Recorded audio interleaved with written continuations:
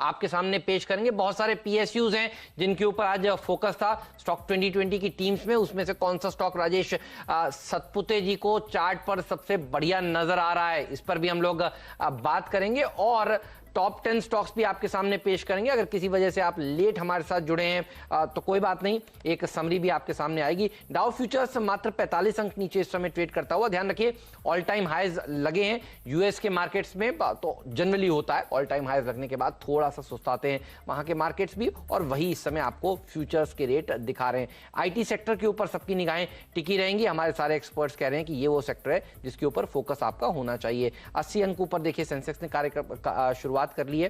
Nifty flat खुलता हुआ आपको इस समय नजर आएगा। 180 अंक ऊपर अब इस समय सेंसेक्स आपको दिखेगा अपनी स्क्रीन पर। अच्छी तेजी कहां देखने को मिल रही है। एचसीएल टेक, पालिया जी ने देखिए सुबह सुबह ही कहा था कि आईटी में उनको ये पसंद आता है। ब्रिटानिया में तेजी हो रही है। आईसीआईसीआई बैंक पर जो बढ़िया मॉर्गन स्टैनली की रिपोर्ट है 650 के टारगेट वाली, देखिए वो काम कर रही है। एक्सिस बैंक में देखिए अच्छी तेजी देखने को मिल रही है। ब्रिटानिया भी भागता हुआ आपको नजर आ रहा है। मिसेस वेक्टर के इशू को 200 गुना सब्सक्रिप्शन मिला है, तो देखिए जाहिर सी बात है ये तमाम स्टॉक्स हैं जो फोकस में रहेंगे। खाने पीने से जुड़ी हुई कंपनियां फोकस में रहेंगी। और कच्चे तेल में देखिए तेजी देखने को मिली है, और क्रूड में भी सोने में भी माफ कीजिएगा तेजी देखने को मिली है। $1900 पर सोना पहुंचा है, तो देखिए टाइटन भी आपको आज अच्छा प्रदर्शन दिखाता हुआ नजर आएगा। अब ये तमाम स्टॉक्स हैं जो प्री ओपनिंग ट्रेड में बढ़िया प्रदर्शन दिखा रहे हैं। इन्फोसिस भी देखिए जिसका एडीआर जो है करीब 3.5% भागा था, तो आप देखिए इन्फोसिस का स्टॉक भी अच्छा प्रदर्शन आज के सत्र में दिखा रहा है। कॉग्निजेंट के अच्छे नंबर्स आने के बाद ये वो स्पेस है जो फोकस में रहेगी, ये हम आपको सुबह से आज बता रहे हैं। कोटक महिंद्रा बैंक हालांकि 3.5% 4% नीचे आपको देखिए खुलने की तैयारी करता हुआ नजर आ रहा है। ये वो शेयर है जो दबाव के साथ कारोबार कर रहा है प्री ओपनिंग ट्रेड में। हालांकि प्री ओपनिंग ट्रेड है, ये अभी सेटल होंगे। एचडीएफसी बैंक में भी देखिए 1.25% की गिरावट आपको देखने को मिल रही है। इवन एचडीएफसी लिमिटेड लाल निशान में खुलने की तैयारी कर रहा है। रिलायंस फ्लैट खुल रहा है। ये तमाम स्टॉक्स हैं जो इंडेक्स के हैवी वेट्स हैं, इसलिए मैंने सोचा ये भी आपके सामने एक बार रख दूं। एक काम करते हैं, इन प्री ओपनिंग ट्रेड्स को सेटल होने देते हैं। आइए अब आपको बता देते हैं जल्दी से कि स्टॉक 2020 के जो आज मुकाबला हुआ था आशीष और मेरे बीच, उसमें कौन कौन से स्टॉक सुझाए गए थे, फिर राजेश जी से जानेंगे एक एक शेयर जो आज इंट्राडे में बढ़िया कमाई करा कर देगा।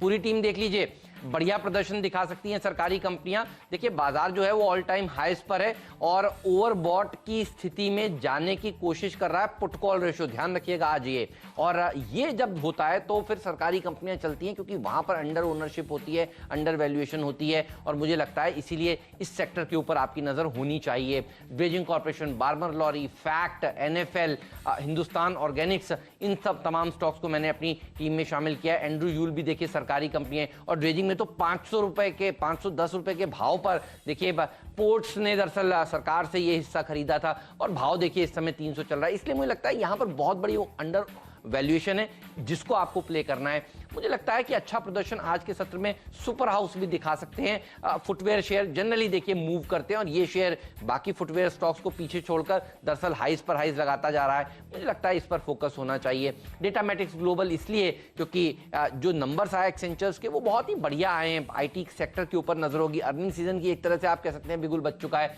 एनआईआईटी लिमिटेड के ऊपर और एपटेक के ऊपर भी फोकस होना चाहिए क्योंकि ये एजुकेशन सेक्टर से आईटी कंपनियां यहां पर भी अच्छा प्रदर्शन देखने को मिल सकता है। 10 के 10 बल्लेबाज मेरी टीम में भी आपको नजर आएंगे, और शुरुआत करी थी मैंने एक ऐसे स्टॉक के साथ जो सरकारी है, जिसमें बहुत तगड़ी वैल्यू है और बहुत कम फ्री फ्लोट है। 1.5% के आसपास का केवल फ्री फ्लोट है, पब्लिक के हाथ में है। आईटीडीसी, इस स्टॉक को डाल पे रखना है। कल बाजार बंद होने के बाद सबसे बड़ी खबर थी डिफेंस एक्विजिशन काउंसिल ने जो मंजूरी दी 28,000 करोड़ रुपए की खरीद की, जिसमें से डोमेस्टिक मैन्युफैक्चरर्स के पास 27,000 करोड़ रुपए के ऑर्डर्स जाने हैं। टीटागढ़ वैगन्स इसीलिए क्योंकि सबसे तगड़ा चंक शायद बेली ब्रिजेस को दिया जाएगा, और टीटागढ़ मतेरी एक बड़ा जॉइंट वेंचर है फ्रेंच कंपनी के साथ, इस देश की सबसे बड़ी बेली ब्रिज मैन्युफैक्चरर है।